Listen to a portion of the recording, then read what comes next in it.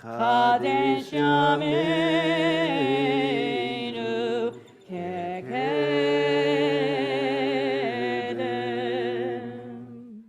You may be seated.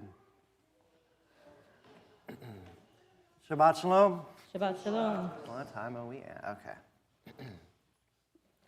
Last week, we celebrated Lag BaOmer, the 33rd day of the Omer.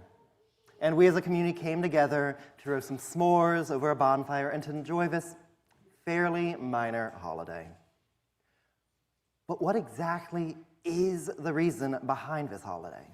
Why is the 33rd day of the Omer significant at all? To answer that question, I invite you to get comfortable for a short story. We find ourselves in the late 1st century, after the temple had been destroyed and still reeling from that trauma, the Jewish community was rebuilding itself anew. One of our greatest sages, Rabbi Akiva, who began to learn Hebrew only at the age of 40, led a yeshiva of 12,000 chevrutot, 12,000 study partners, some 24,000 students. They would wake up each morning and with a deep oy, together daven shacharit, eat a light breakfast, and spend the day studying Torah. It is said that their Torah was as lush as the cedars of Lebanon and as sweet as the date.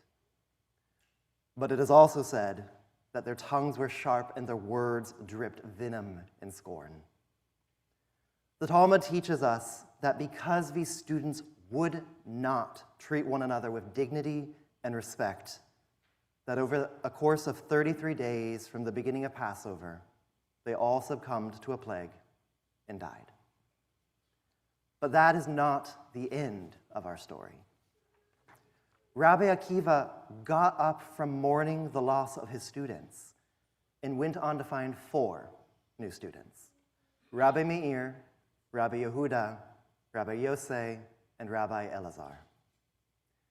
In finding these students who would go on to transmit mountains upon mountains of Torah, Rabbi Akiva ensured that Torah, our traditions, our history, values, who we are as a people, would be transmitted on to the next generation, L'dor Vador.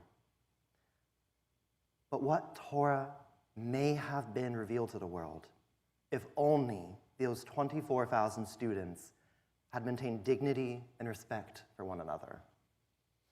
What could our world have looked like if their Torah had been taught throughout the generations? And it is for this that many have the practice to mourn from Pesach until Lag BaOmer, not shaving, cutting their hair, listening to live music, so on. When tradition teaches on Lag BaOmer that the plague of Rabbi Akiva's students finally came to an end. So began the holiday of Lag BaOmer. On this day, Rabbi Akiva began yet again to bring Torah into a fractured world. Out of fracture came repair, and out of despair came hope. During the period of the Omer, we count 49 days from our redemption in Egypt to the revelation at Sinai that we'll see next week. The Hasidim teach that these 49 days allow us time to work towards redeeming ourselves spiritually, each day working to prepare ourselves to receive Torah at Sinai, with all of our heart, all of our soul, and all of our ability.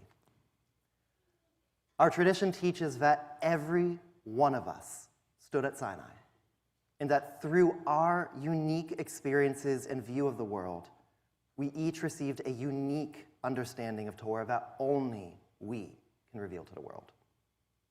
And just like Rabbi Akiva's students, the world desperately needs all of our Torah. And our world needs to learn from the Torah that Rabbi Akiva's students did leave us. That disrespect and discord will only lead to destruction and harm. We must listen to our fellow, to seek to understand them, and even indeed learn from them. We must do so while remembering that they too are created b'tselem Elohim, in the image of God, and that we are all part of a much larger family. Even if, and perhaps especially if, we disagree with them. Only through discussion, and yes, sometimes even argument, for the sake of peace, only through this will our Torah redeem the world. Our world, our country, our community, and we as individuals are fractured.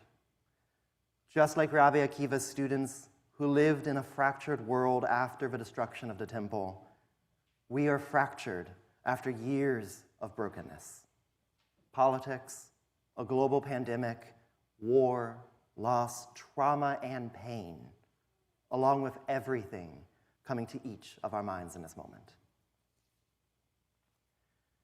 If we are to receive Torah, if we are to repair and grow as a community and God willing as a world, then we must all take to heart, to soul, and embody in all of our actions the belief in mutual respect, a desire to listen and learn from one another, and the knowledge that Elu ve'elu divrei Elohim Chaim, that these and those are the word of the living God that we all heard at Sinai.